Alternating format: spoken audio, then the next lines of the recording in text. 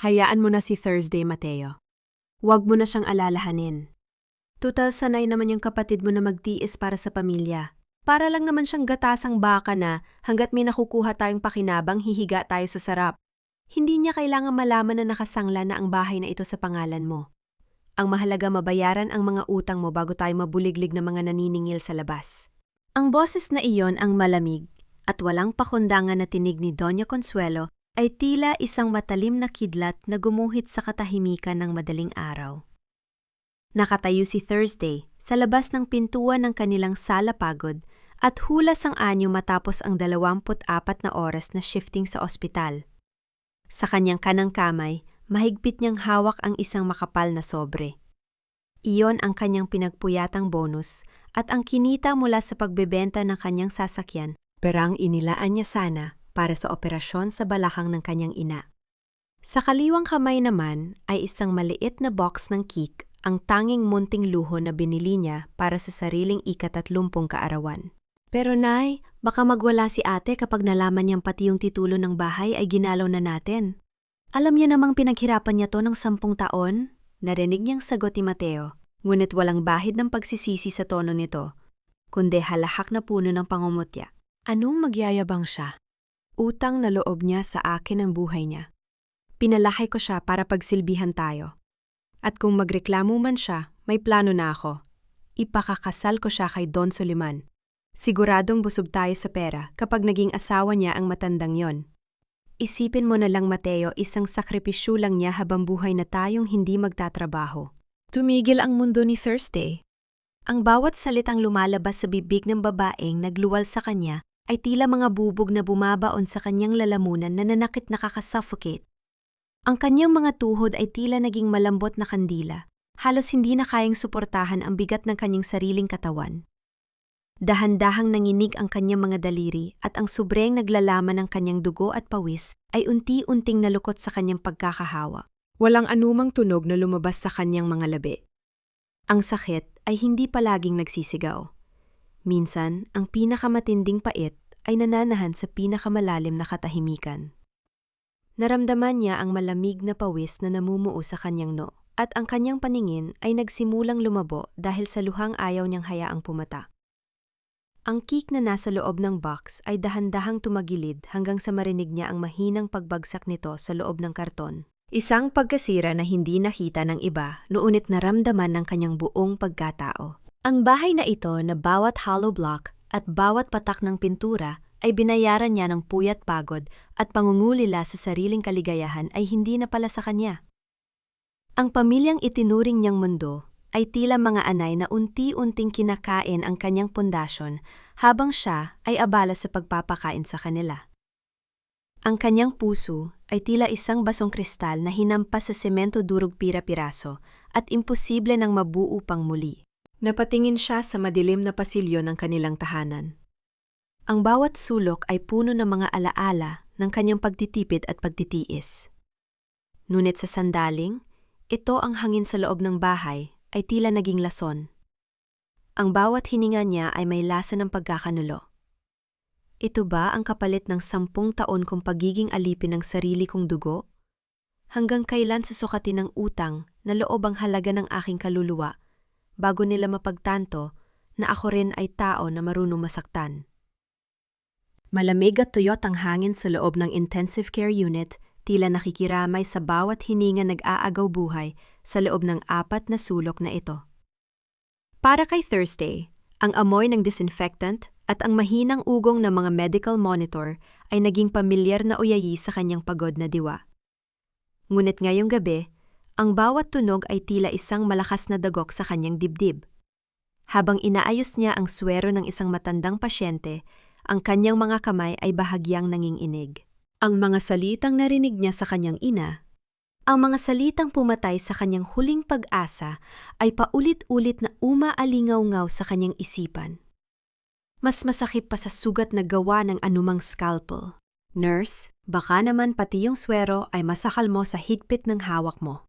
Isang malalim at kalmadong tinig ang bumasag sa kanyang pagmumuni-muni. Mabilis na nag-angat ng tingin si Thursday at nakita ang isang lalaking nakatayo sa kabilang panig ng kama ni Lola Amara. Maayos ang pananamit nito, nakasuot ng isang dark blue na coat na tila nagpapakita ng awtoridad at yaman, ngunit ang kanyang mga mata ay may bakas ng matinding pag-aalala. Ito si Tiago, ang abogadong halos 3 araw nang hindi umaalis sa tabi ng kanyang lola. Pasensya na po, attorney. Medyo pagod lang po siguro. Mahinang sagot ni Thursday, pilit na ibinabalik ang kanyang profesional na anyo. Inayos niya ang kumot ni Lola Amara nang may pag-iingat 1 kilos na puno ng laming na tila doon niya ibinubuhos ang pagmamahal na ipinagkakait sa kanya sa sariling niyang tahanan. Lumapit si Tiago at sandaling pinagmasdan ang mukha ni Thursday. Hindi lang pagod ang nakikita ko sa mga mata mo, Miss Thursday. You look like you're carrying the weight of the world on your shoulders. May problema ba? You can talk to me. Minsan mas madaling magkwento sa taong hindi mo naman talaga kilala. Mapait na napangiti si Thursday. Sana ganun lang kadali yun, attorney. Pero sa mundo namin, ang mga problema ay parang sakit minsan. Kahit anong gamot ang ibigay mo, hindi na talaga gagaling. Minsan ang kailangan mo na lang ay tanggapin na mamamatay na ang lahat ng pinaghirapan mo. Sandaling tumahimik si Tiago. May kung anong kislap sa kanyang mga mata na hindi mawari ni Thursday isang halong simpatya at isang bagay na mas malalim, mas madilim. Alam mo ang mga taong masyadong mabait sila ang unang kinakain ng sistema? Huwag mong hayaang ubusin ka ng mga taong walang ginawa, kundi kumuha sa'yo. If someone is hurting you, you have to fight back. In the world of law and in life, the victim only stays a victim if they refuse to stand up. Tinitiga ni Thursday ang lalaki. May kung anong lakas ang dumaloy sa kanyang kalamnan mula sa mga salita nito. Sa unang pagkakataon sa loob ng maraming taon, naramdaman niyang may isang taong nakakita sa kanyang tunay na kalagayan, hindi bilang isang gatasan, kundi bilang isang tao. Ngunit hindi niya alam ang bawat salita ni Tiago ay may kaakibat na plano. Bawat tingin ay may nakatagong layunin. Nang matapos ang kanyang shift, lumabas si Thursday sa ospital at sinalubong ng madilim na langit ng Maynila. Sa likod niya, naiwan si Tiago sa loob ng ICU. Kinuha ng lalaki ang kanyang cellphone at tumawag sa isang hindi nakarehistrong numero. Nakuha ko na ang loob niya, pabulong na sabi ni Tiago habang ang kanyang muka ay nawala ng anumang emosyon. Masyado siyang marupok dahil sa ginagawa ng pamilya niya. Magugustuhan ito ni Papa. Ang anak ni Consuelo ang magiging susi para tuluyan nating mapabagsak ang mga De La Vega. Sisiguraduhin kong sa huli, wala ring matitira sa kanya. Habang naglalakad si Thursday patungo sa sakayan ng boss, tila bumigat ang hangin sa kanyang paligid. Isang lihim na kaaway ang nasa kanyang harapan at ang mga taong mahal niya ay nasa kanyang likuran. Handang itulak siya sa bangin. Sino ang dapat niyang pagkatiwalaan sa gitna ng digma? Ang hindi niya alam na sinimulan na pala ang amoy ng insenso at natutunaw na kandila ay tila nakakapit pa rin sa mamahaling bestida ni Doña Consuelo nang pumasok siya sa loob ng bahay. Hawak niya ang isang kulay gintong rosaryo. Ang mga butil nito ay kumikinang sa ilalim ng ilaw. Tila sumasalamin sa kabanalang madalas niyang ipangalandakan. Ngunit sa likod ng kanyang mga dasal, ang kanyang dila ay nananatiling kasing talim ng isang rasyula. Ang damot mo, Thursday, ni hindi mo man lang dinagdagan ang handog ko sa simbahan kanina. Nakakahiya sa mga kasama ko sa Legion of Mary, lahat sila ay libo-libo ang ibinibigay, habang ako ay barya-barya lang ang nailagay sa basket. Reklamo ni Consuelo habang padabog na inilalapag ang kanyang bag sa lamesa. Kakarating lang ni Thursday mula sa kanyang shift at ang tanging hiling niya ay sandaling katahimikan. Ngunit sa bahay na ito, ang katahimikan ay isang karangyaan na hindi niya kayang bayaran. Naiyan na lang ang natira sa akin matapos kong ibigay ang pambayad sa kuryente at ang allowance ni Mateo. Alam niyo namang wala pa akong sweldo hanggang sa susunod na linggo. Mabilis na humarap si Consuelo. Sa kanya ang mukha ay namumula sa galit. Yan, ang hirap sa'yo puro kareklamo. Nakakalimutan mo na ba ang utos ng Diyos? Igalang mo ang iyong ama at ina? Pinalaki kita, pinakain at itinaguyod. Ang lahat ng meron ka ngayon ay dahil sa sakripisyo ko noong bata ka pa. At ngayong ako naman ang nangangailangan ganyan ang isasagot mo sa akin. Isang malaking kasalanan ang maging maramot sa sariling magulang, Thursday. Baka sumpain ka ng langit. Yumuko si Thursday, tinitingnan ang kanyang sapatos na nursing na pudpod na ang swelas dahil sa paulit-ulit na paglakad sa pasilyo ng ospital. Ikiniubli niya ang kanyang mga kamay na may mga marka ng pagod malayo sa malalambot na kamay ng kanyang ina na tanging rosaryo lang ang hinahawakan. Ang bawat salita ng kanyang ina ay tila isang mabigat na kadena na pumupulupot sa kanyang leeg, ginagamit ang pangalan ng Diyos upang bigyang matwid ang kanyang kasakiman. Pasensya na po, Nay. Mahinang tugon ni Thursday ang boses ay tila isang kandilang malapit ng mapundi. Dahil sa bigat ng kalooban, lumabas muna si Thursday sa kanila gate upang huminga ng sariwang hangin o kahit ang usok man lang ng Quezon City makatakas lang sa sakal ng loob ng bahay. Doon ay nakita niya si Aling Remedios, ang kapitbahay nilang kilala sa pagiging marites. Ngunit sa pagkakataong ito, walang bakas ng panunukso sa kanyang muka. Lumapit ito sa kanya nang may pag-iingat ang mga mata ay pabalik-balik sa pintuan ng bahay ni Thursday. Thursday, iha. Bulong ni Aling Remedios, ang boses ay halos hindi marinig. Hindi sa nakikialam ako, pero bilang malasakit na rin sa'yo. Kanina habang wala ka at nasa simbahan ang nanay mo, may nakita akong isang malaking itim na sasakyan na pumarada rito sa tapat nyo. May bumabang matandang lalaki, mukhang mayaman at may dalang mga bodyguard. Kumunot ang noni Thursday. Sino po raw sila? Hindi ko alam ang pangalan, pero nakita kong lumabas si Mateo at nakipag-usap sa kanya. Nagtatawanan sila tapos may iniyabot na makapal na sobre yung matanda kay Mateo bago sila pumasok sa loob. At kanina lang narinig ko silang nagbabanggit ng pangalan mo habang itinuturo ang bahay nyo. Mag-ingat ka, anak. May masamang amoy ang mga kilos ng kapatid mo. Tila tumigil ang pagtibok ng puso ni Thursday. Ang boses ng kanyang ina sa loob ng bahay na nagsasabing baka sumpain siya ng langit ay tila naging isang mapait na biro.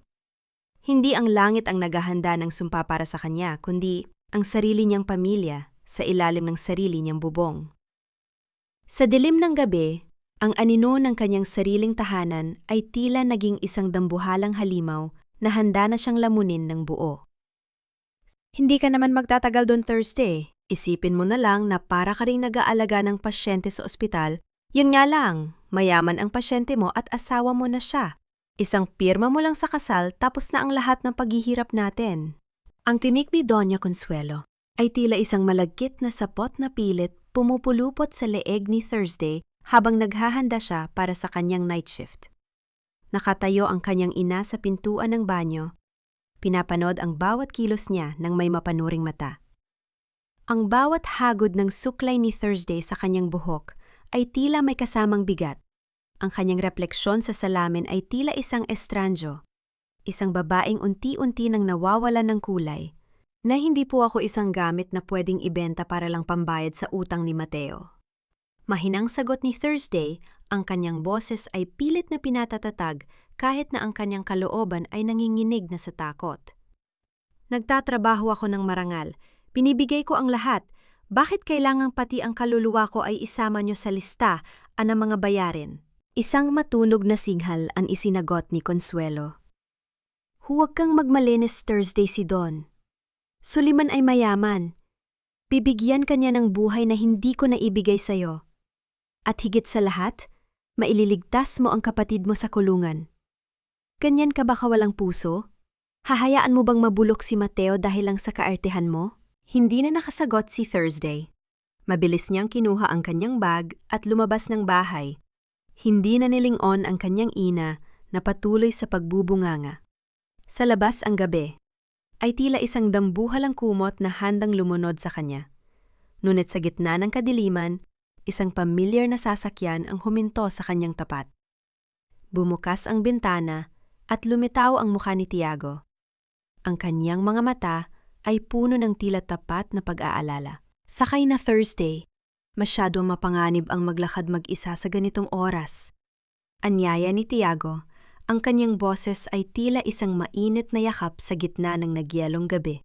Sa loob ng sasakyan ang katahimikan ay binalot ng mabangong amoy ng leather at ang mahinang tugtog ng radyo. Pakiramdam ni Thursday sa loob ng espasyong iyon, malayo siya sa sumasakal na boses ni Consuelo at sa mga utang ni Mateo. Tiningnan niya si Tiago mula sa gilid ng kanyang mga mata. Ang panga nito ay matigas ang kanyang mga kamay sa manibela ay tila laging handang protektahan siya. Narinig ko ang nangyari.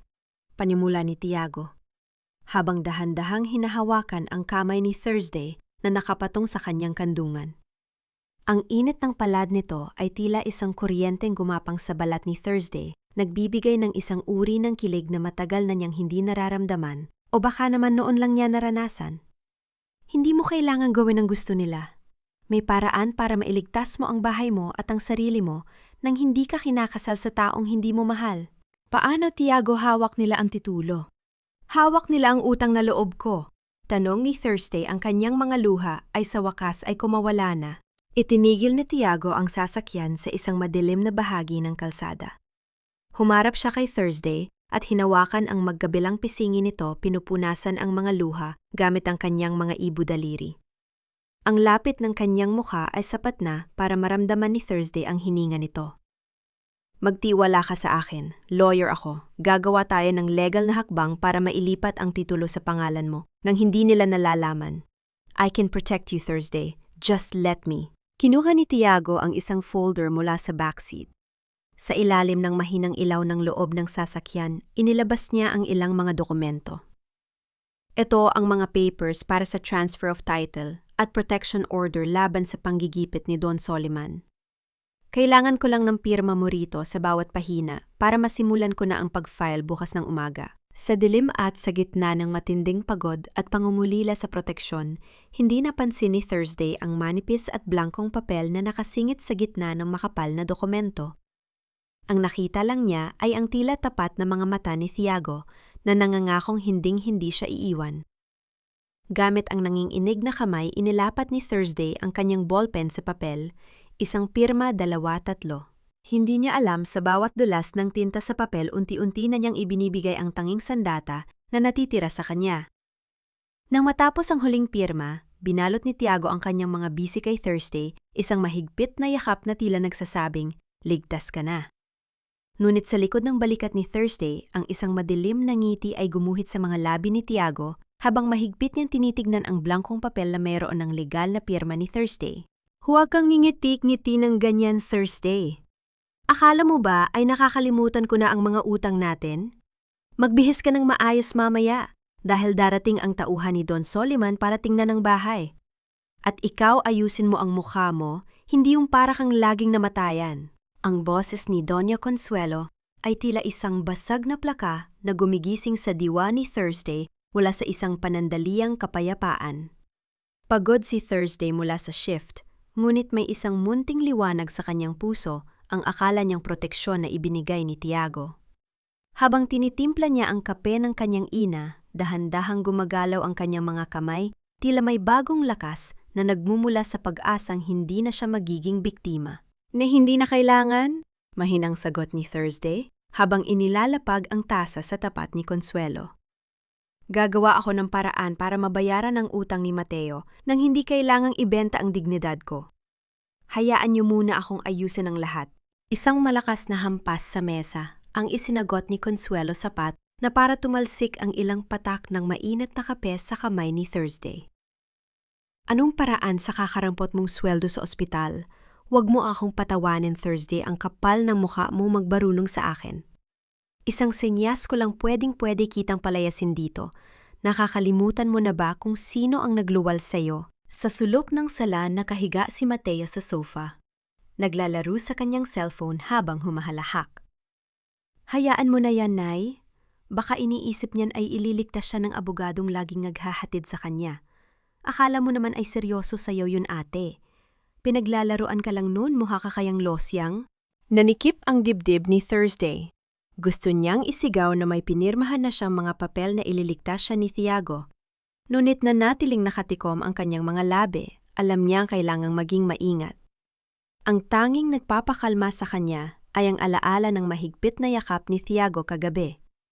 Para sa kanya, ang yakap na yon ay isang sumpa ng katapatan. Maya-maya pa ay narinig ang paghinto ng isang sasakyan sa labas. Ngunit hindi ito ang sasakyan ni Tiago. Isang itim na van ang pumarada at bumaba ang isang lalaking nakabarong may dalang briefcase. Mabilis na nag-ayos ng sarili si Consuelo at Mateo, ang kanilang mga mukha ay biglang napuno ng plastik na ngiti. Magandang umaga po, Mr. Valdez. Pasok po kayo?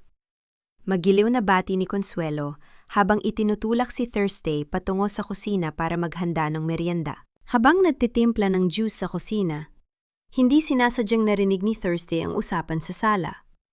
Ang bawat salita ay tila isang malamig na tubig na ibinuhos sa kanyang buong pagkatao. Narito po ako para kumpirmahin ang bentahan. Sabi ng lalaki. Nakatanggap na po kami ng kopya ng pirmadong Special Power of Attorney mula sa inyong abogado. Ayon sa dokumento, pinibigyan niyo ng ganap na karapatan si Attorney Tiago na ibenta ang lupang ito sa kahit anong halagang gusto niya at ang lahat ng proceeds ay mapupunta sa isang trust fund na siya ang humahawak. Halos mabitawan ni Thursday ang pitsel. Special Power of Attorney Trust Fund, ang tanging natatandaan niya ay ang pangako ni Tiago na ililipat ang titulo sa kanyang pangalan para sa kanyang proteksyon. Bakit bentahan ang pinag-uusapan? Bakit ang proceeds ay hindi sa kanya mapupunta? Sa gitna ng kanyang pagkalito, nakita niya ang isang sobrang naiwan ni Mateo sa counter ng kusina. Dahan-dahan niya itong binuksan. Sa loob ay may isang lumang litra, isang litrato ng kanyang ina na may kasamang isang babaeng kamukha ni Tiago at sa likod ay may nakasulat na, "Ang utang ng dugo ay dugo rin ang kabayaran. Sisiguraduhin ko mawawala sa iyo ang lahat, Consuelo." Naramdaman ni Thursday ang pag-ikot ng paligid. Ang hangin sa loob ng kusina ay tila nawala. Ang lalaking pinagkatiwalaan niya, ang lalaking hinalikan ang kanyang mga luha, ay ang parehong lalaking kasalukuyang humuhukay ng libingan para sa kanya at sa kanyang pamilya. Hindi lang siya biktima ng kanyang ina, siya ang naging pain para sa isang paghihiganting wala siyang kinalaman. Tila naging yelo ang dugong nananalaytay sa mga ugat ni Thursday habang nakasandal siya sa malamig na tiles ng lababo. Ang litratong hawak niya ay unti-unting nalulukot sa higpit ng kanyang pagkahahawak. Ang kanyang mga kuko ay bumaon sa matigas na papel gaya ng pagbaon ng katotohanan sa kanyang kaluluwa. Sa labas ng kusina, naririnig niya ang masayang tawanan ni Mateo at ang mapagmalaking boses ni Doña Consuelo, tila mga buway ang nagdiriwang sa harap ng kanilang huling-huli. Ate, ano ba ang tagal naman nung juice? Nakakahiya kay Mr. Valdez. Baka isipin niyan ay wala tayong modo rito. Ang boses ni Mateo ay tila isang hagupit na bumasag sa katahimikan ng kusina. Mabilis na isinilid ni Thursday ang litrato sa loob ng kanyang bulsa. Huminga siya ng malalim pilit na pinapakalma ang nanginginig na kalamnan. Kinuha niya ang tray ng juice at dahan-dahang lumabas sa sala. Ang bawat hakbang niya ay tila paglakad sa ibabaw ng mga bubog. Bawat sulyap sa kanya ni Consuelo ay tila isang pagtutuya sa kanyang pagiging gatasan. "Heto na po," mahinang sabi ni Thursday habang inilalapag ang mga baso sa harap ng ahente. Hindi niya magawang tumingin ng diretsyo kay Mr. Valdez, natatakot na baka mabasa nito ang bagyong namumuo sa kanyang mga mata. "Salamat, hiha." Nakangiting sabi ni Mr. Valdez. Ngunit ang kanyang ngiti ay walang buhay, tila isang maskara ng formalidad. "Gaya ng nasabi ko kanina sa iyong ina, Attorney Tiago, is very efficient. He wants to finalize the transfer within the week. Sabi niya ay ito raw ang gusto mo, ang maayos na ang lahat para makapag-abroad ka na." Tumingin si Thursday kay Consuelo. Nakita niya ang kislap ng kasakiman sa mga mata ng kanyang ina. Isang uri ng tuwa na tanging sa pera lang ito nararamdaman. "Oo, Mr. Valdez. Gustong-gusto na ni Thursday na umalis. Alam niyo naman ang mga anak, minsan ay kailangang itulak para sa sarili nilang ikabubuti," sabi ni Consuelo, habang hinahaplos ang braso ni Thursday, isang kilos na puno ng pagkukunyari na nagpataas ng balahibo ng huli. "Is that so, ate?" singit ni Mateo, habang humihigop ng juice. "Buti naman at natawahan ka na. Isipin mga lang yung perang makukuha natin, malaking tulong yon. Para makapagsimula ako ng business, hindi yung puro ka na lang reklamo riyan." Hindi sumagot si Thursday.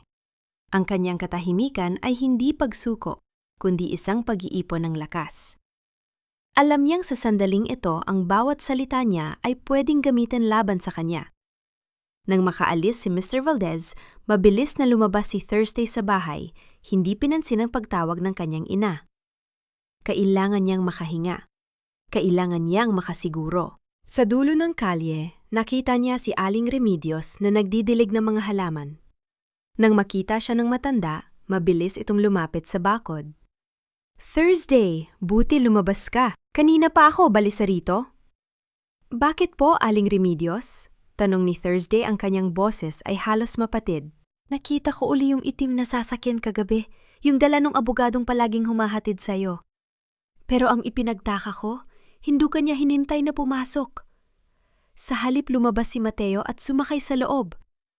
Matagal silang nag-usap dun sa madilim na bahagi ng kalsada. Mukhang may pinagkakasunduan silang dalawa. Bulong ni Aling Remedios, ang kanyang mga mata ay puno ng tunay na malasakit. Nanigas ang buong pagkatao ni Thursday. Hindi lang siya pinaglalaruan ni Tiago. Kasabwat nito ang sarili niyang kapatid. Ang dalawang lalaking pinakamalapit sa kanya, ang isa ay kadugo, ang isa ay inakalang.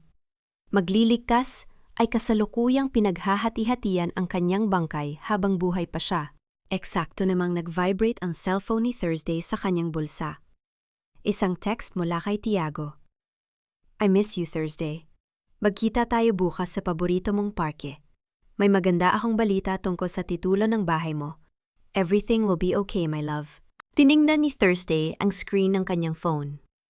Ang salitang my love ay tila isang laso na dumidikit sa kanyang balat. Sa unang pagkakataon, sa loob ng maraming taon, hindi luha ang lumabas sa kanyang mga mata, kundi isang malamig na apoy ng determinasyon. Kung nais nila siyang gawing biktima, sisiguraduhin niyang hindi siya mamamatay ng mag-isa. Matingkad ang sikat ng araw sa parke. Ngunit para kay Thursday, ang bawat sinag nito ay tila isang karayom na tumutusok sa kanyang balat. Nakaupo siya sa isang luma at kupas na bench sa ilalim ng puno ng nara, naghihintay sa lalaking akala niya ay kanyang tagapagligtas. Nang matanaw niya ang pagdating ni Tiago, bit-bit ang pamilyar na ng iti at isang pumpon ng mga bulaklak. Naramdaman ni Thursday ang isang matinding pag-ikot ng kanyang sikmura. Ang gating kislap sa kanyang mga mata ay napalitan ng isang malamig at matigas na tingin, isang pananggal, ang laban sa lason ng pagkukunyari. Para sa pinakamagandang nurse sa buong mundo, Happy anniversary of our friendship, Thursday, sabi ni Tiago. Ang kanyang boses ay malambing at puno ng enerhiya habang iniaabot ang mga bulaklak. Tinanggap ni Thursday ang mga bulaklak. Ang bango ng mga rosas ay tila amoy ng isang punerarya sa kanyang pang-amoy. Salamat, Tiago. Ang aga mo yata ngayon. May maganda ka bang balita? Umupo si Tiago sa tabi niya. Sapat ang lapit para maramdaman ni Thursday ang init ng katawan nito. Isang init na dati ay nagpapakilig sa kanya. Ngunit ngayon ay nagpapangilabot na. Inilabas ni Tiago ang isang makapal na brown envelope mula sa kanyang bag. Everything is set, my love.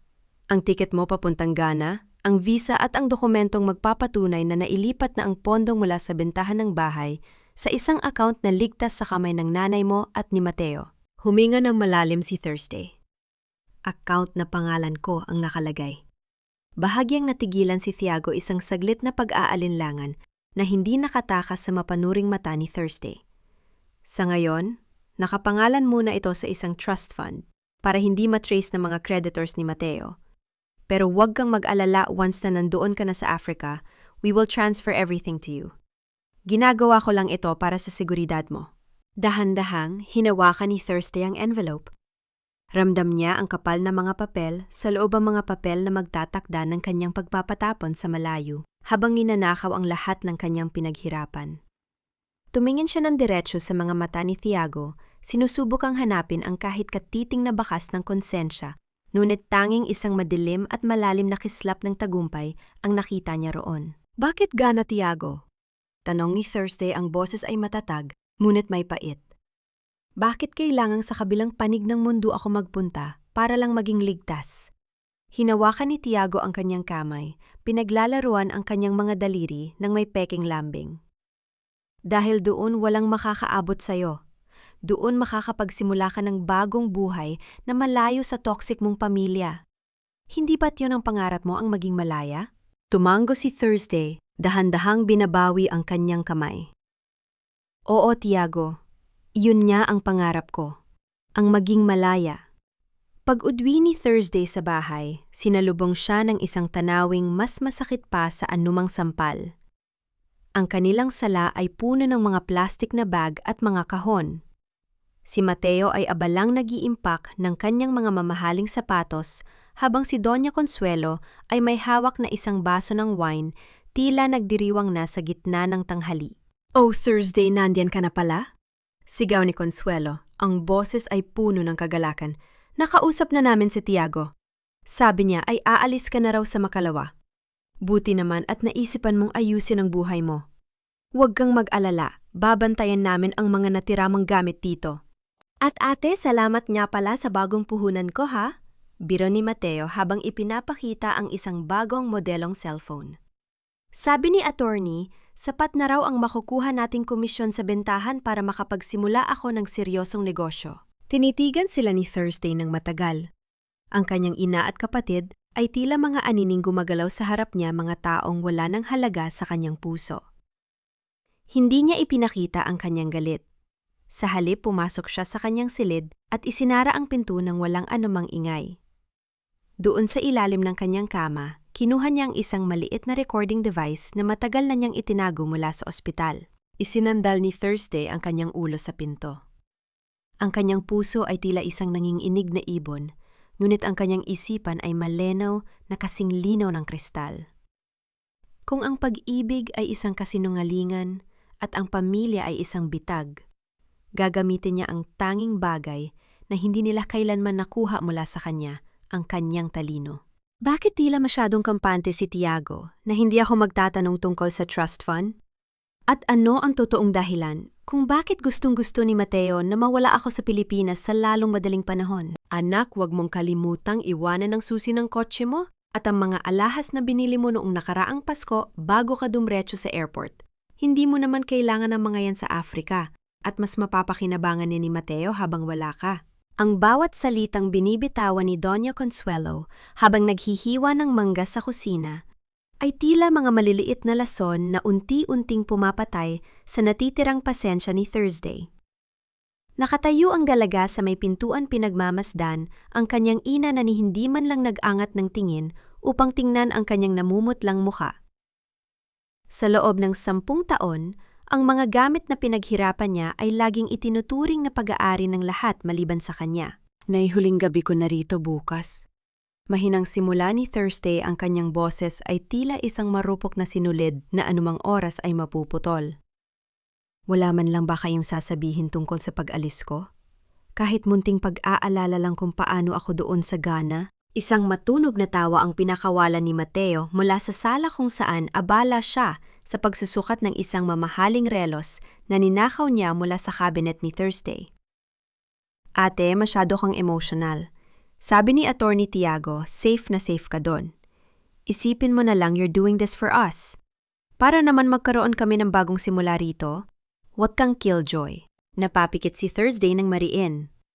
Naramdaman niya ang mabilis na pagtibok ng kanyang puso, hindi dahil sa takot, kundi dahil sa isang uri ng pait na nanunuot hanggang sa kanyang mga buto. Ang silid na dati ay puno ng kanyang mga pangarap ay tila naging isang selda na pilit siyang itinataboy.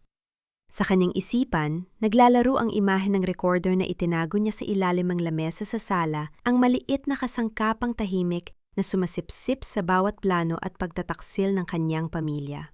Pumasok siya sa kanyang kwarto at muling binuksan ang kanyang lumang nursing bag. Doon sa ilalim ng kanyang mga uniforme, nakatago ang mga kopya ng bank statements na kinuha niya ng palihim mula sa kwarto ni Mateo.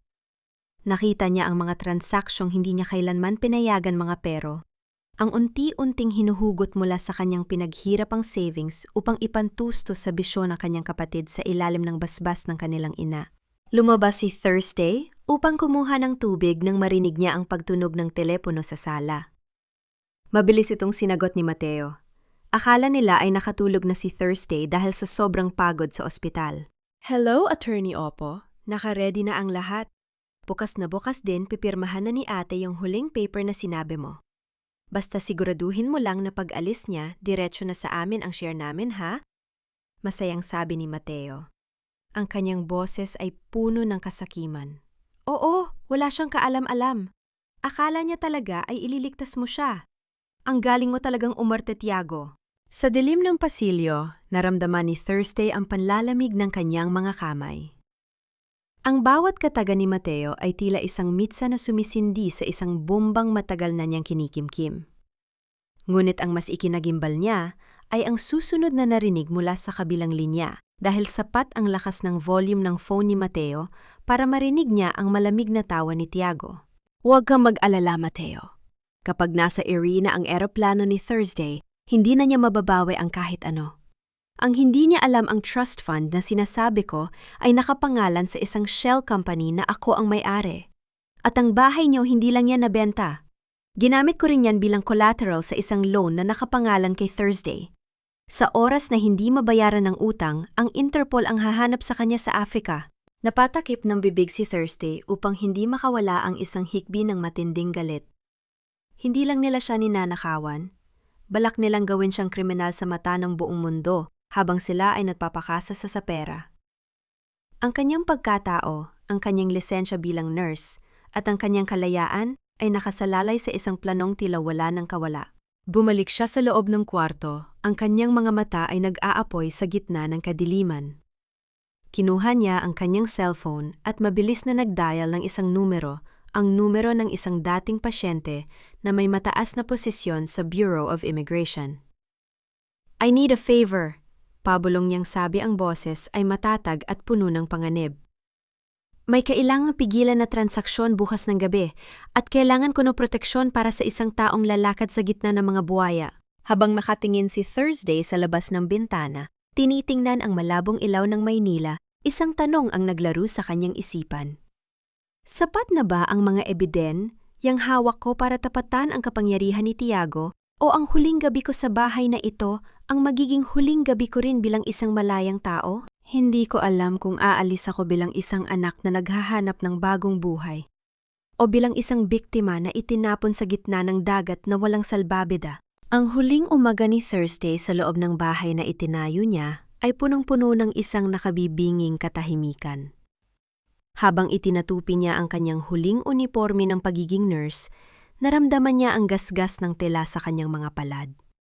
Tila isang paalaala ng bawat pasyenteng inalagaan niya, bawat sugat na nilinis niya, habang ang sarili niyang sugat sa puso ay hinahayaan niyang mabulok sa loob ng maraming taon. Pumasok si Doña Consuelo sa silid, bit-bit ang isang maliit na krusipiho. Ang kanyang muka ay nababalot ng isang uri ng lungkot na alam ni Thursday na gawa-gawa lamang para sa mga kapitbahay na nakasungaw sa kabilang bakod. Thursday, anak, isuot mo ito para malayo ka sa kapahamakan doon sa malayo. Isipin mo na lang na kahit nasaan ka ang panalangin ko ay kasama mo. Tinitigan ni Thursday ang kanyang ina. Sa likod ng mga kulubot sa Noni Consuelo, nakita niya ang isang babaeng sabik na sabik nang umalis siya para tuluyan ng maangkin ng pera. Salamat, Nay. Sana nga ay maging sapat ang mga dasal niyo para takpan ang lahat ng kasalan ng ginagawa niyo sa akin. Napatigil si Consuelo, bahagyang nganlaki ang mga mata. Ngunit mabilis ding bumalik sa kanyang pakitang taong lambing. Ano bang sinasabi mo, masyado ka lang? Sigurong kinakabahan sa biyahe? Huwag kang mag-alala, kami na. Ang bahala rito. Mag-focus ka na lang sa pagtatrabaho para mas mabilis mong maipadala ang mga kailangan namin. Paglabas ni Thursday sa gate para sa kanyang huling paglalakad sa Quezon City, hinarang siya ni Aling Remedios. May iniabot itong maliit na supot ng pandesal, ngunit ang mas mahalaga ay ang mahigpit na pagkahahawak nito sa kanyang braso. Thursday, narinig ko kagabi, nag-aaway si Mateo at ang nanay mo. Sabi ni Mateo, hindi raw sapat ang kalahating milyon na ibibigay ng abogadong yon. Gusto nilang ubusin, pati ang pensyon na balak mong itabi. Ija, kung maaari lang, ay huwag ka nang tumuloy. Tipid nan umiti si Thursday, isang ngiting punong-puno ng pait at lihim na katatagan. Huwag kayong mag-alala, Aling Remedios. Alam ko na po ang lahat at sisiguraduhin ko na ang pag-alis ko ang magiging huling pagkakataon na may mananakit sa akin. Eksaktong 3:00 ng hapon, nang huminto ang itim na sasakyan ni Tiago sa harap na kanilang bahay. Bumaba ang lalaki, mukhang kagalang-galang sa kanyang puting polo, tila isang angal na susundo sa isang kaluluwa. Lumapit siya kay Thursday at kinuha ang kanyang maleta. Ang kanyang mga kamay ay dumaan sa balikat ng dalaga, isang haplos na dati ay nagpapagaan ng loob ni Thursday, ngunit ngayon ay tila kasing lamig ng bangkay. Ready to go, my love. Your new life is waiting. Bulong ni Tiago, ang kanyang hininga ay amoy, peppermint at panlilinlang. Sumakay si Thursday sa sasakyan ng hindi lumilingon sa kanyang ina at kapatid na kumakaway mula sa balkona. Habang umaandar ang sasakyan palayo sa kalyeng, kinalakihan niya, naramdaman niya ang pag-vibrate na kanyang cellphone sa loob na kanyang bulsa. Isang maikling mensahe mula sa kanyang contact sa immigration. Handa na ang lahat. Ang bitag ay nakalatag na para sa mga buwaya. Ingat ka, nurse. Tumingin si Thursday sa rearview mirror at nakita ang isang kulay abong sasakyan na sumusunod sa kanila mula pa sa kanto. Hindi ito sasakyan ng mga pulis at lalong hindi ito kakilala ni Tiago. Biglang bumilis ang tibok ng puso ni Thursday. May iba pa bang nagmamasid? May iba pa bang gustong sumira sa kanyang plano bago pa man siya makarating sa airport? Huwag kang naninginig sa lamig, Thursday. Kaanting oras na lang nasa ear ka, na malayo sa lahat ng pasakit na ibinigay sa'yo ng pamilya mo. Ang tinik ni Tiago ay tila isang malambot na seda. Ngunit para kay Thursday ito ay kasing talas ng isang rasiyula. Nakaupo siya sa passenger seat ng itim na sasakyan. Ang kanyang mga mata ay nakatuon sa kalsadang mabilis na lumalampas, ngunit ang kanyang pansin ay nakapako sa side mirror. Ang kulay abong sasakyan ay naroon pa rin, nananatili sa isang distansya yang sapat para hindi mapansin ng isang karaniwang driver, ngunit sapat din para magpadala ng kilabot sa gulugod ni Thursday. Salamat sa lahat, Tiago. Hindi ko alam kung nasaan ako ngayon kung wala ka. Mahinang sagot ni Thursday, ang kanyang boses ay puno ng pagsubok na huwag manginig. Ang bawat salita ng pasasalamat ay tila isang lason na kailangan niyang lunukin para lamang mapanatili ang kanyang balat kayo. Napansin ni Tiago ang madalas na pagsulip ni Thursday sa salamin. May problema ba? Mukhang kanina ka pa balisa. Wala. Iniisip ko lang ang mga pasyente ko sa ospital. Mahirap iwanan ang trabahong minahal mo ng 10 taon. Pagsisinungaling ni Thursday habang dahan-dahang kinakapa ang maliit na button sa kanyang huyao, isang micro-recorder na nakakonect sa cloud storage na itinayo ng kanyang kaibigang IT expert sa ospital. Biglang bumilis ang takbo ng sasakyan ni Tiago. Ang kanyang panga ay tumigas at ang kanyang mga kamay ay mahigpit na humawak sa manibela hanggang sa mamuti ang kanyang mga buko-buko. Thursday, kailangan nating bilisan para may sumusunod sa atin mula pa sa Quezon City. I don't like the look of that gray sedan. Naramdaman ni Thursday ang paghinto ng kanyang hininga. Sino kaya yon? Baka mga tauhan ni Don Soliman. Madiing sabi ni Tiago, ang boses ay puno ng pagkamuhi. Akala siguro ng matandang yon ay madadaya niya ako sa komisyon. Huwag ka mag-alala, hindi ka nila mahahawakan. Sa sandaling yon, tumunog ang cellphone ni Tiago na nakalagay sa dashboard. Isang tawag mula kay Mateo. Sinagot ito ni Tiago sa speakerphone, isang pagkakamaling hindi niya inakalang magiging mitsa ng kanyang pagkabuko. Attorney, nasaan na kayo? Ang boses ni Mateo ay puno ng panik at hingal. Nandito ang mga tauhan ni Don Soliman sa bahay. Ginugulo nila si nanay. Sinasabi nila na fake raw ang pirmang nakuha mo sa titulo. Pinababalik nila ang perang ibinayad nila. Isang malamig na ngiti ang gumuhit sa mga labi ni Tiago, isang ngiting hindi nakita ni Thursday dahil sa bilis ng takbo ng sasakyan. Hayaan mo sila, Mateo. Sabihin mo sa nanay mo na ibigay ang lahat ng sisihin kay Thursday. Siya naman ang pumirma, di ba? Sa oras na makalagpas kami sa airport gate, wala na silang mahahabol. Panindigan niyo ang kwento na ninakaw ni Thursday ang pera at tumakas siya. Narinig ni Thursday ang sarili niyang puso na tumitibok ng mabilis tila isang tambol na nagbababala ng nalalapit na digmaan. Tumingin siya kay Tiago at sa unang pagkakataon hindi na itinago ng lalaki ang kanyang tunay na anyo. Ang mapagmahal na abogado ay naglaho. Ang natira ay ang halimaw na matagal nang naghihintay na lamunin ang kanyang buhay. Tiago, anong ibig sabihin nito? Tanong ni Thursday ang kanyang boses ay tila isang bulong sa gitna ng unos. Ibig sabihin nito, Thursday ay tapos na ang palabas. Sabi ni Tiago habang mabilis na lumiliko sa bukan ng airport. You are the perfect sacrificial lamb. Ang pamilya mo ay makakaroon ng pera, ako ay makakaroon ng husti, siya para sa aking ina, at ikaw ay mawawala sa mundong ito bilang isang magnanakaw.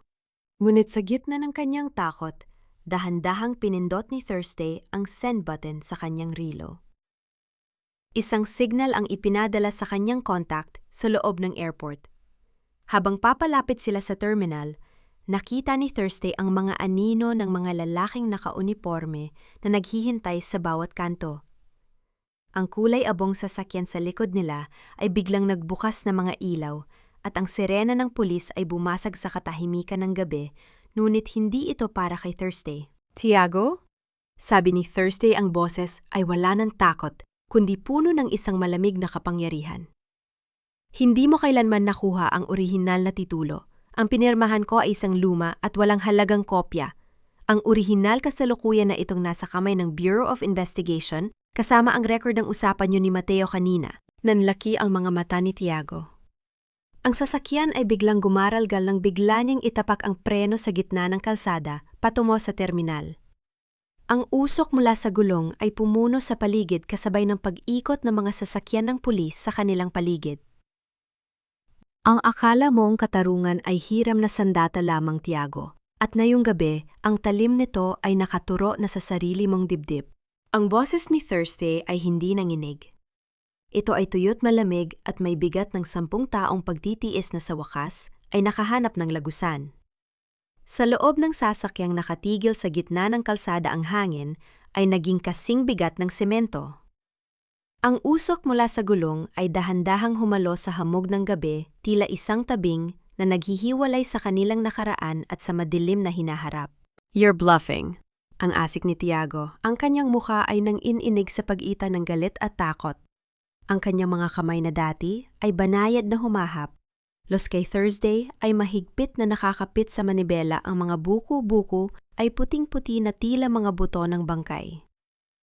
Pinanood kitang pumirma, Thursday. I saw it with my own eyes. Hindi ka pwedeng lumaban sa akin. I am a lawyer and you are just a desperate nurse. Isang mapait na ngiti ang sumilay sa mga labi ni Thursday. Isang nurse na sanay makakita ng kamatayan, Tiago. Isang nurse na alam kung kailan bumibigay ang puso ng isang tao. Ang akala mong special power of attorney ay isang dokumento ng donasyon para sa ospital na nakasingit sa mga papel na dinala mo. Ang tunay na pirma ibinigay ko na sa mga taong hindi mo kayang bayaran. Sa labas ng sasakyan, ang mga pulang ilaw mula sa mga patrol car ay nagmistulang mga mapanuring mata sa dilim.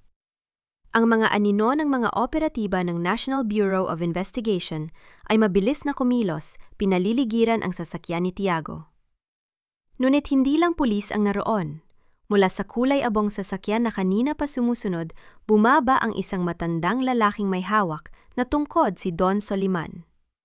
Ang kanyang muka ay kasing tigas ng nara at ang kanyang presensya ay nagdala ng isang uri ng pang-anib na mas matindi pa sa posas ng batas. Tiago, sigaw ni Don Soliman. Ang boses ay gumaralgal sa galit na matagal ng kinimkim. Akala mo ba ay maluloko mo ako gamit ang mga peking titulo? Akala mo ba ay hahayaan kitang itakas ang pera ko gamit ang babaeng ito? Mabilis na kinuha ni Tiago ang kanyang cellphone, ang mga daliri ay nanginginig habang pilit na tinatawagan si Mateo. Mateo, execute the backup plan ngayon na. Ngunit sa kabilang linya, hindi ang boses ni Mateo ang narinig ni Tiago. Ang narinig niya ay ang iyak ng kanyang sariling ina, si Lola Amara, na nasa ospital, at ang mahinang boses ng isang kaibigang nurse ni Thursday. Attorney, tapos na ang laro. Ang lahat ng ebidensya ng pagmamanipula mo sa pondo ng ospital at ang panggigipit mo sa pamilya de la Vega ay nasa kamay na ng otoridad. Naramdaman ni Thursday ang isang uri ng hapo na bumabalot sa kanyang buong pagkatao.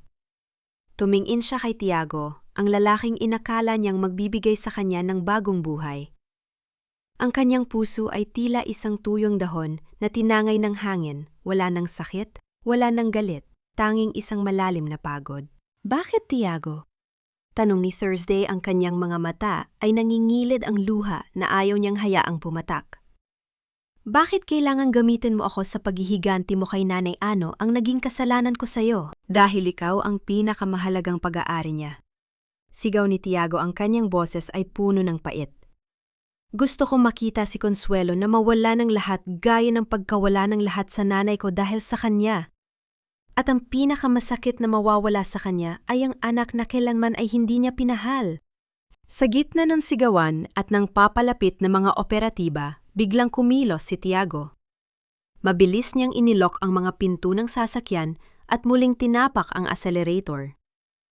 Ang sasakyan ay umugong ng malakas, tila isang sugatang hayop na handang manapak. Kung hindi ako magtatagumpay Thursday, sisiguraduhin kong walang matitira sa ating dalawa. Ang huling bulyaw ni Tiago bago bumulusok ang sasakyan patungo sa barrier ng terminal kung saan ang banggaan ay tila hindi na maiiwasan. Mamatay tayong dalawa Thursday. Para maramdaman ni Consuelo ang mawalan ng anak na ginawa ning alipin sa loob ng 10 taon. Sabay tayong lulubog sa impyerno nung ginawa ng nanay mo. Ang boses ni Tiago ay hindi na ang malambing na himig na nagpatibok sa puso ni Thursday. Ito ay isa ng halahak ng isang baliw na nawalan ng lahat. Sa loob ng sasakyang mabilis na bumubulusok, naramdaman ni Thursday ang pag-angat ng kanyang sikmura dahil sa bilis ng takbo. Ang bawat ilaw ng poste sa paligid ng airport ay tila mga guhit ng apoy na mabilis na lumalampas sa kanyang paningin. Nakita niya ang papalapit na konkretong harang sa dulo ng terminal. Isang pader na magtatapos sa lahat ng kanyang pangarap at pasakit. Isang matinding kabalintunaan ang sumagi sa isip ni Thursday habang nakatingin sa kamatayan. Siya na isang nurse na nag-alay ng buhay para dugtungan ang hininga ng iba ay kasalukuyang hila-hila ng isang lalaking nagkukunwa, inagmamahal sa kanya patungo sa kawalan. Ang kamay ni Tiago na mahigpit na nakahawak sa manibela ay tila mga kuko ng isang dambuhalang ibon na ayaw siyang pakawalan. Naramdaman ni Thursday ang panlalamig ng kanyang mga daliri. Hindi na niya magawang sumigaw. Ang kanyang boses ay tila napako sa kanyang lalamunan. Ang kanyang buong pagkatao ay tila isang basong kristal na unti-unting nagkakalamat bago pa man tumama sa matigas na semento. Isang malakas na pagyanig ang yumaon sa buong kabuuan ng sasakyan nang tumama ang unahan nito sa mga plastic barrier na puno ng tubig bago tuluyang sumalpok sa konkretong pader. Ang tunog ng pagkayupi ng bakal at ang pagbasag ng mga salamin ay pumuno sa katahimikan ng gabi. Ngunit sa pandinig ni Thursday ito ay tila isang malayong ugong na lamang. Ang lahat ay naging puti, ang lahat ay naging tahimik. Nang dahan-dahang, magbalik ang kanyang malay, ang amoy ng usok at sunog na goma ang unang sumalubong sa kanyang pang-amoy. Ang kanyang paningin ay malabo, tila may makapal na hamog na nakaharang. Naramdaman niya ang malagkit na likido na dumadaloy mula sa kanyang no. Ngunit ang mas matinding sakit ay ang bawat hininga na tila tinutusok ng libu-libong karayom ang kanyang dibdib. Sa kanyang tabi, nakita niya si Tiago na nakasandal sa manibela, walang malay at may mga galos sa mukha. Ang pintuan sa panig ni Thursday ay biglang nyanig mula sa labas. Narinig niya ang boses ng mga tao, ang mga yabag ng sapato sa aspalto at ang tunog ng pagpupumilit na mabuksan ang naipit na pinto. Thursday! Thursday, anak! Nasaan ang bag mo? Nasaan ang mga papeles? Ang boses na iyon, ang boses ni Doña Consuelo, ay hindi naghahanap ng kaligtasan ng kanyang anak. Sa gitna ng kaguluhan, sa gitna ng posibilidad na mamatay si Thursday, ang unang lumabas sa bibig ng kanyang ina ay ang paghahanap sa kayamanan. Nakita ni Thursday ang mukha ng kanyang ina na nakadikit sa basag na bin. Tana ang mga mata nito ay hindi puno ng luha ng pag-aalala, kundi ng nanlilisik na kasakiman, habang pilit na inaabot ang bag na nasa paanan ni Thursday. Sa likod ni Consuelo nakatayo si Mateo Balisa at palingon-lingon sa mga pulis na papalapit. Nay, bitawan niyo na yan. Kailangan na nating umalis bago tayo madamay rito. Sabi ni attorney kay ate, lahat ang sisi. Isang mapait na hininga ang kumawala sa mga labi ni Thursday. Ang kanyang paningin ay muling nagsimulang magdilim, ngunit bago siya tuluyang mawala ng malay, nakita niya ang isang pamilyar na anino na tumula kay Consuelo, palayo sa sasakyan. Isang kamay na may suot na nursing glove ang humawak sa kanyang leeg upang hanapin ang kanyang pulso. Nurse Thursday, makinig ka sa akin. Huwag kang pipikit. Ang malumanay na boses ng kanyang kaibigang si Mark mula sa ospital. Ligtas ka na at ang lahat ng ebidensya hawak na namin.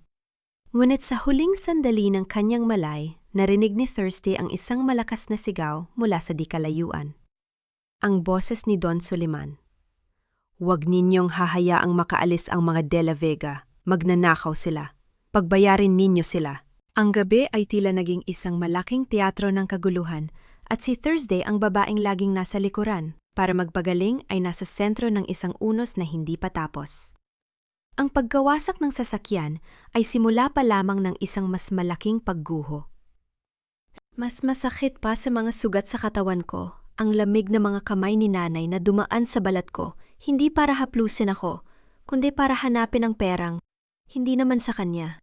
Nakamulat si Thursday sa isang silid na pamilyar sa kanyang pang-amoy, ang matapang na amoy ng disinfectant, ang tuyot na hangin ng aircon, at ang mahinang ugong ng mga makinang nagbabantay sa bawat tibok ng puso. Ngunit sa pagkakataong ito, hindi siya ang nurse na may hawak ng clipboard. Siya ang pasyenteng nakaratay na kagapos sa mga tubo ng swero at benda. Ang puting kisame ng ospital ay tila isang malawak na disyerto ng kalungkutan na sumasalamin sa kanyang sariling pagkatao. Gising ka na pala, Thursday. Huwag kang biglang gagalaw. Medyo malalim ang naging tama mo sa balikat at may minor concussion ka. Ang malumanay na boses ni Mark ang bumasag sa kanyang pagmumuni-muni. Nakaupo ang kanyang kaibigan sa tabi ng kama. Puyat ang mga mata, nuit bakas ang ginhawa. Sina nanay? Mahinang tanong ni Thursday. Ang kanyang lalamunan ay tila punong-puno ng tuyong buhangin. Bago pa makasagot si Mark, bumukas ang pinto ng silid ng walang pasabi. Pumasok si Doña Consuelo na sa unang tingin ay mukhang isang inang nag-aalala dahil sa gulo ng kanyang buhok at bahid ng luha sa mukha.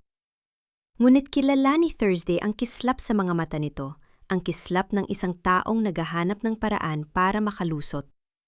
Kasunod niya si Mateo na tila isang basang sisyo na nakatago sa likod ng kanyang ina, palingon-lingon sa pintuan kung saan nakatayo ang dalawang lalaking nakabarong mula sa NBI. Anak, salamat sa Diyos at gising ka na. Ang malakas na tangis ni Consuelo habang mabilis na lumalapit sa kama ni Thursday. Sinubukan niyang hawakan ang kamay ng dalaga, nuit dahan-dahang iniwas ito ni Thursday. Napakasama ng attorney na yon, niloko ka niya, Thursday. Pinaniwala niya kaming ililigtas ka niya. Yung pala ay gagamitin ka lang niya para nakawan kami.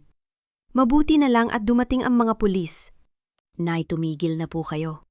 Pabulong na sabi ni Thursday, ang boses ay puno ng kapaguran. Narinig ko ang lahat sa loob ng sasakyan. Narinig ko ang usapan niyo ni Mateo at ni Tiago sa speakerphone. Alam ko na ang lahat. Napatigil si Consuelo. Ang kanyang muka ay biglang nagbago. Ang peking lungkot ay napalitan ng isang matigas na anyo ng depensa. Ano bang narinig mo? Masyado kang praning dahil sa aksidente Thursday. Isipin mo ang utang na loob mo sa akin kung hindi dahil sa pag-aalaga ko sa iyo rito sa ospital? Hindi niyo ako inalagaan, Nay? Putol ni Thursday, habang pilit na humaharap sa kanyang ina kahit na kumikirot ang kanyang katawan. Nakita ko kayo sa airport. Habang duguan ako sa loob ng sasakyan, ang tanging hinahanap nyo ay ang bag ko. Ang tanging hinahawakan nyo ay ang mga paper na akala nyo ay magbibigay sa inyo ng milyon-milyon. Ni hindi nyo tiningnan kung humihinga pa ako. Isang nakabibinging katahimikan ang namayani sa silid. Si Mateo ay hindi makatingin ng diretso sa kanyang kapatid. Pumasok ang isang Agent Ramos mula sa NBI at lumapit sa kama. Miss De La Vega, kailangan namin ng iyong pormal na salaysay. sabi ng ahente ng may paggalang. Dahil sa mga ebidensyang ibinigay mo bago ang insidente, kasama na ang mga recordings at ang orihinal na titulo na itinago mo, may sapat na kaming basehan para sa kasong estafa at qualified theft laban kay Attorney Tiago. Ngunit, lumingon ng ahente kina Consuelo at Mateo. Kailangan din natin imbestigahan ang pakikipagsabwatan ng iyong pamilya sa kanya. Ano wala kaming kinalaman dyan? Sigaw ni Consuelo habang itinuturo ang sariling dibdib ng may labis na drama. Biktima rin kami si Thursday, ang nagdala ng lalaking yun sa buhay namin. Siya ang dapat managot kung bakit nawala ang titulo ng bahay. Nay, ang titulo ay nasa akin. Mahinahong sabi ni Thursday habang tinatangkang abutin ang maliit na drawer sa tabi ng kama. Ang ibinigay ko kay Tiago ay kopya lamang. Ang orihinal ay ligtas na naideposita sa bangko sa ilalim ng aking pangalan bago pa man mangyari ang lahat. Ang bahay na pinaghirapan ko ay mananatiling sa akin. Nanlaki ang mga mata ni Mateo. Ibig sabihin, wala tayong makukuhang pera. Paano yung mga utang ko, ate? Mapapatay ako ng mga tauhan ni Don Suliman kapag hindi ko sila nabayaran. Tiningnan ni Thursday ang kanyang kapatid nang may malalim na habag, ngunit wala ng halong pangungunsinti. Panahon na para harapin mo ang mga pagkakamali mo, Mateo. Hindi na ako ang sasalo sa bawat dulas mo. Napakawalang puso mong anak. Ang bulyon ni Consuelo, ang kanyang tinig ay tumaas na parang isang palakang na bulabog. Matapos ang lahat ng ginawa ko para sa'yo, ganyan ang isasagot mo. Hahayaan mong makulong ang kapatid mo. Hahayaan mong mawalan kami ng tirahan. Wala kang utang na loob, sumpain ka ng langit, Thursday. Hindi sumagot si Thursday. Ipinikit na lamang niya ang kanyang mga mata habang nararamdaman ang mabilis na pagtibok ng kanyang puso. Sa bawat mura at sumpa ng kanyang ina, nararamdaman niya ang unti-unting pagputol ng mga kadenang matagal nang nakagapos sa kanyang kaluluwa. Ang sakit sa kanyang katawan ay pansamantala lamang, ngunit ang kalayang nararamdaman niya sa gitna ng mga sumpa ay isang regal nung hindi niya akalaing makukuha niya sa ganitong paraan. Lumapit si Mark at dahan-dahang hinawakan ang balikat ni Thursday. Hayaan mo na sila, Thursday. Magpahinga ka na muna. Narito ako, hindi kita iiwan. Isang maliit na ngiti ang sumilay sa mga labi ni Thursday. Isang munting golden moment sa gitna ng bagyo, ang presensya ng isang kaibigang walang hininging kapalit.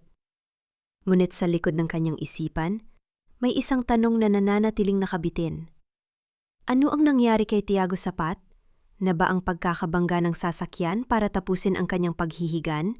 O may huli pa siyang alas na hindi pa na ilalabas mula sa kanyang kama sa kabilang ward? Anak, kahit na anong mangyari, nanay mo pa rin ako. Hindi mo ako kayang tiisin.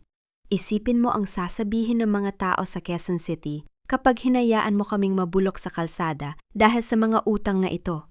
Ang utang na loob mo sa akin ay hindi mababayaran ng anumang titulo ng lupa. Ang tinig ni Doña Consuelo ay tila isang sirang plaka na pilit na inuukit ang huling piraso ng konsensya sa puso ni Thursday. Nakaupo ang dalaga sa gilid ng kanyang hospital bed, dahan-dahang hinahaplos ang kanyang mga pasong palad, ang mga kamay na sa loob ng 10 taon ay naging katuwang ng bawat pasyen ting naghihingalo. Ngunit kailanman ay hindi naramdaman ang tunay na kalinga ng sariling ina. Ang bawat salita ni Consuelo ay tila isang malamig na hangin na dumadaan sa mga sugat ni Thursday, nanunuot ng gigigil. Ngunit wala na itong talim na gaya ng dati. Ang utang na loob, Nay, ay ibinibigay sa mga taong nagmahal ng tapat, hindi sa mga taong ginawa kang sangla para sa kanilang sariling kasakiman. Mahinang sagot ni Thursday habang tinititigan ang kanyang refleksyon sa baso ng tubig. Ang kanyang mukha ay maputla, ngunit ang kanyang mga mata ay may kaslap ng isang bagong silang na determinasyon. Sa loob ng 10 taon, binayaran ko na ang bawat patak ng gatas na ibinigay niyo sa akin. Binayaran ko na ang bawat pagkain na inihain niyo sa mesa. Ngayon, ang tanging utang na natitira ay ang utang ko sa sarili ko, ang pagkakataong mabuhay ng malaya. Ate, please, save me. You're my only hope. Ang pagmamakaawa ni Mateo habang nakaluhod sa paanan ng kama Ang kanyang mga mata ay puno ng takot sa mga tauhan ni Don Soliman na kasalukuyang naghihintay sa labas ng ospital. Sabi ni Attorney Tiago, ikaw lang ang may access sa pondo. Just give me 5 million pesos ate, pagkatapos nun, hindi na kita, guguluhin mamatay ako kapag hindi ko sila nabayaran. Huminga ng malalim si Thursday at tumingin kay Mark ang kanyang kaibigan na tahimik na nakatayo sa may bintana. Tumango si Mark at iniabot sa kanya ang isang makapal na brown envelope. Mateo, ang pondong sinasabi mo ay hindi na maaring galawin. Naka-freeze na ang lahat ng accounts ni Tiago at ang trust fund na inilaan ko ay kasalukuyan ng nasa ilalim ng pangangasiwa ng gobyerno bilang ebidensya ng money laundering ng abogadong kinalolokohan nyo. Wala akong maibibigay sa'yo dahil ang perang yon ay hindi sa atin. Ito ay bunga ng panloloko. Biglang bumukas ang pinto at pumasok si Agent Ramos. Ang kanyang muka ay seryoso bitbit ang isang ulat na tila huling hatol sa pamilya De La Vega. Miss Thursday, gising na si Attorney Tiago. Sinampahan na siya ng multiple counts ng fraud at attempted murder based sa inyong testimonya. At tungkol naman sa inyong ina at kapatid, lumingon ang ahente kina Consuelo at Mateo na tila mga basang sisiw. Maari silang makasuhan ng complicity kung mapatutunay ang alam nila ang illegal na transaksyon sa bahay. Sa ngayon, kailangan silang sumama sa amin para sa karagdagang interogasyon. Ano, hindi nyo kami pwedeng dalhin? Biktima kami rito. Ang sigaw ni Consuelo, ang kanyang mga kamay ay nanginginig habang mahigpit na hawak ang kanyang rosaryo. Thursday anak, magsalita ka. Sabihin mo sa kanila na wala kaming alam. Sabihin mo sa kanila na mahal mo kami. Tumingin si Thursday sa kanyang ina, isang tingin na puno ng huling paalam. Mahal ko kayo, Nay. Yon ang naging kahinaan ko sa loob ng 10 taon. Pero ang pagmamahal ay hindi nangangahulugan ng pagpayag na tapakan ng aking pagkatao. Panahon na para matuto kayong tumayo sa sarili ninyong mga paa, gaya ng pagpilit nyo sa akin na gawin nung ako ay bata pa lang. Nang mailabas na ng mga operatiba sina Consuelo at Mateo ang silid, ay binalot ng isang nakabibinging katahimikan. Lumapit si Mark kay Thursday at dahan-dahang kinuha ang kanyang nursing watch, isang lumang relos na bigay pa ng kanyang namayapang ama. Ito na ang huling hiling mo, Thursday. Nakabook na ang flight mo para sa Makalawa. Wala na makakapigil sa'yo. Bulong ni Mark. Kinuha ni Thursday ang relos at dahan-dahang isinuot ito. Salamat, Mark. Sa loob ng 10 taon, tila huminto ang oras ko sa bahay na yon. Ngayon, pakiramdam ko ay nagsisimula pa lang akong huminga. Ang kanyang munting golden moment ay ang pakiramdam ng bigat na nawala sa kanyang balikat, ang katahimikang hindi na kailangang punan ng paliwanag o pera. Ngunit sa gitna ng kanilang pag-uusap, ang monitor sa tabi ng kama ni Thursday ay biglang tumunog ng mabilis, isang hindi maipaliwanag na pagbabago sa kanyang vital signs. Sa labas ng pasilyo, narinig ang mabilis na yabag ng mga paa at ang malakas na boses ng isang nurse sa kabilang ward. Code Blue sa kwarto ni Attorney Tiago, bilis! May kumuha sa kanya! Wala na siya sa kanyang kama! Nanlaki ang mga mata ni Thursday. Tumingin siya kay Mark at ang takot na akala niya ay naglaho na ay muling gumapang sa kanyang dibdib. Kung wala na si Tiago sa kanyang kama, at tungang mga tauhan ni Don Soliman ay nasa labas pa rin nasaan ang tunay na panganib. Ang pintuan ng silid ni Thursday ay dahan-dahang bumukas nang walang anumang ingay at isang pamilyar na anino ang humarang sa liwanag mula sa pasilyo. Hindi mo na ako pag-aari, Don Soliman. At hindi na rin ako ang gatasang baka na handang magpakatay.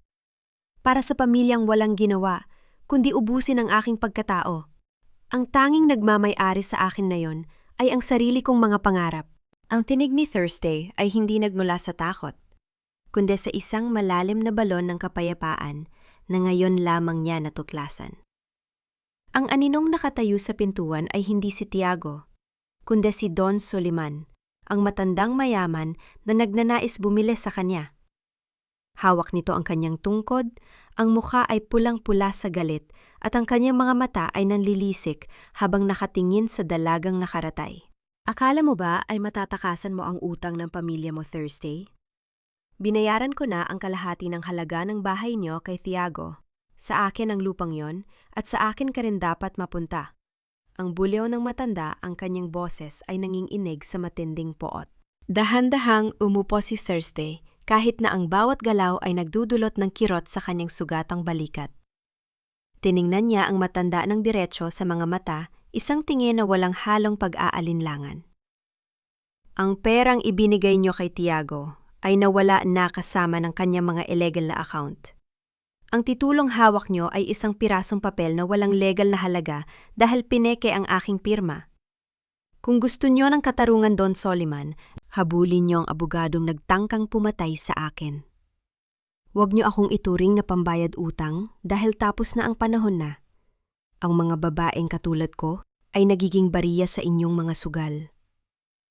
Sa likod ni Don Soliman, pumasok si Agent Ramos kasama ang 2 pang operatiba.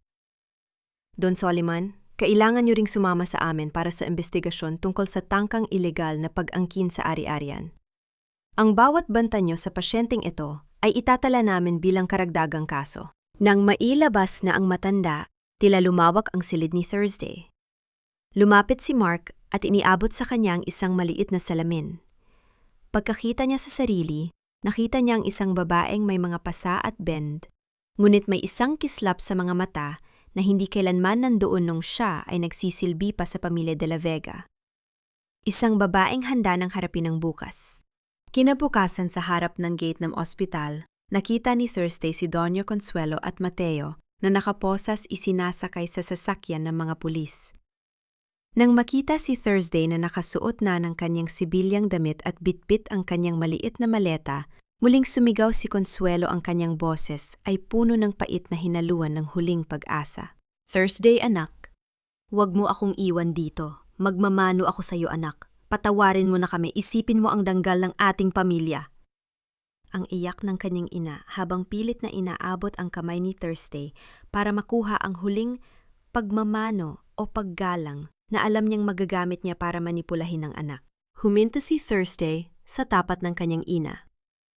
Dahan-dahan siyang yumuko, hindi para kuhanin ang kamay ni Consuelo at ilapat sa kanyang noo, kundi para ayusin ang laylayan ng damit ng kanyang ina sa huling pagkakataon. Ang danggal, Nay, ay hindi nakukuha sa pagsusumamo kapag huli na ang lahat. Ang danggal ay binubuo sa bawat araw na pinipili nating maging tapat. Ang utang na loob ko sa inyo ay binabayaran ko na ngayon sa pamamagitan ng hindi pagsasampa ng personal na demanda, ngunit ang batas ang magpapasya para sa inyo. Maging matapang kayo, Nay. Gaya ng pagpilit nyo sa akin na maging matapang habang dinudurog nyo ako. Tumalikod si Thursday nang walang anumang lingon. Ang bawat hakbang niya palayo sa kanyang ina at kapatid ay tila pagpunit sa isang madilim na pahina ng kanyang buhay. Ang bawat yabag ng kanyang sapatos sa semento ay may dalang tunog ng paglaya. Sa loob ng sasakyan patungong airport, tiningnan ni Thursday ang kanyang mga nursing gloves na nakatupi sa kanyang bag. Isang maliit na golden moment ang sumagi sa kanyang isip, ang alaala ng bawat buhay na kanyang nailigtas sa ospital. Napagtanto niya na, sa loob ng maraming taon, na iligtas niya ang lahat maliban sa kanyang sarili.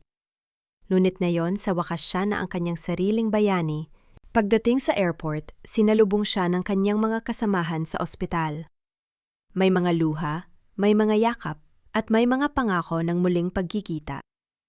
Habang naglalakad siya patungo sa boarding gate, naramdaman ni Thursday ang pag-vibrate ng kanyang cellphone.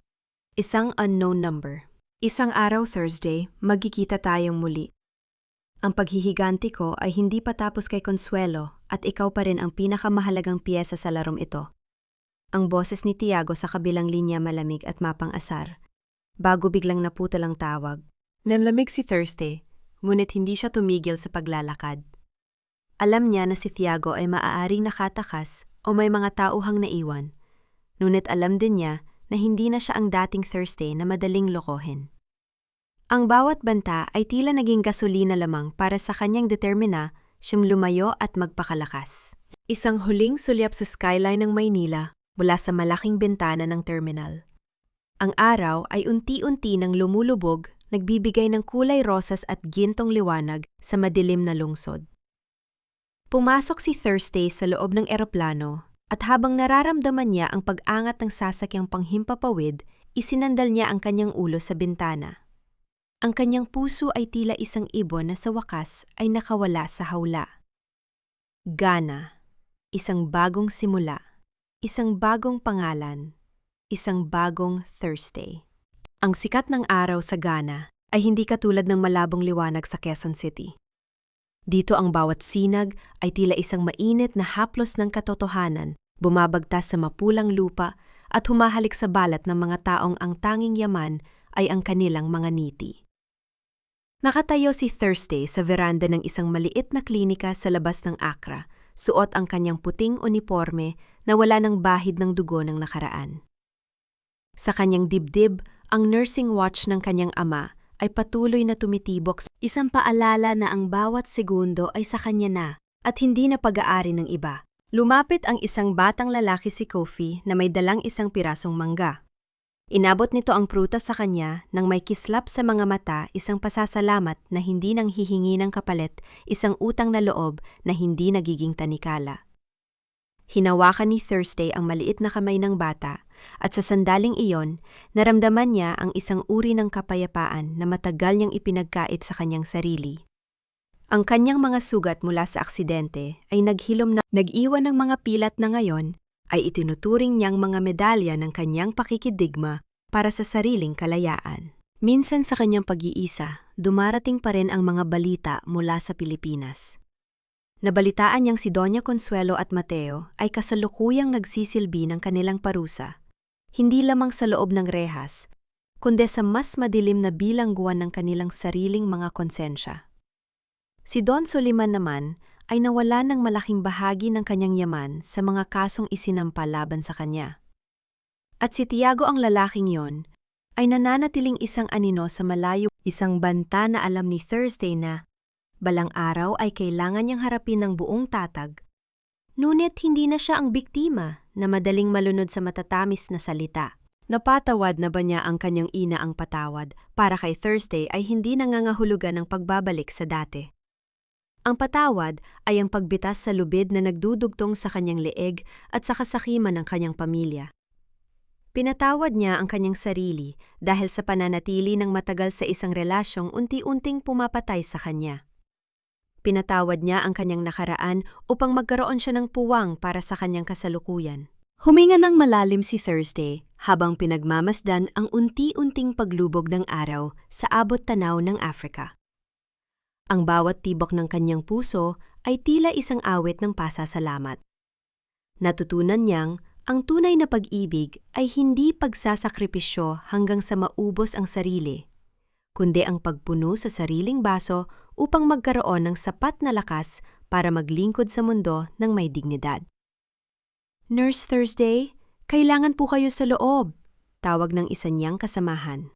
Tumango si Thursday at dahan-dahang pumasok sa loob ng klinika. Ang kanyang hakbang ay hindi na mabigat, ang kanyang balikat ay hindi na nakayuko. Siya ay si Thursday, isang nurse, isang mandirigma, at sa wakas isang malayang babae. Ang kanyang kwento ay hindi natapos sa isang trahedya, kundi nagsimula sa isang matapang na pagpili.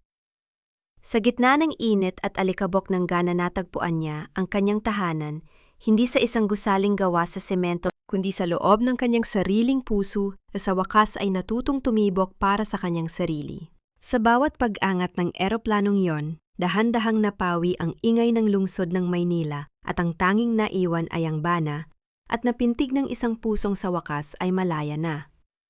Si Thursday ay hindi na lamang isang nurse na nagbubura ng hapdi ng sugat ng iba.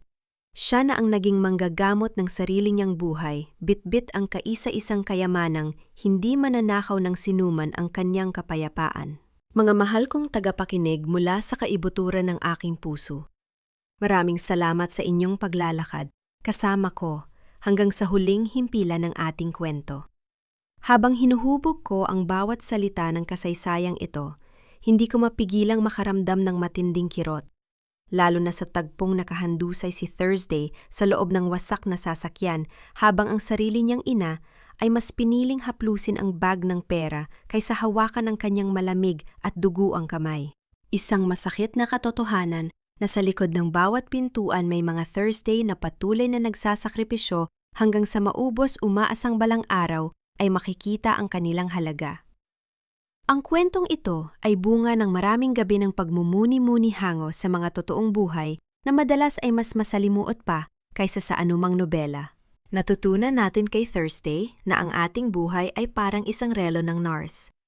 Minsan ay humihinto dahil sa tindi ng pagod, minsan ay mabilis ang takbo ng kaba. Ngunit sa huli tayo, ang dapat na maging Panginoon ng sarili nating oras. Ang paghilom ay hindi nangangahulugang mawawala ang mga peklat. Ang mga ito ay nagsisilbing marka na tayo ay nakipagdigma sa tadhana at nanalo. Ang iyong mga peklat ay hindi kapintasan, kundi patunay ng iyong katatagan.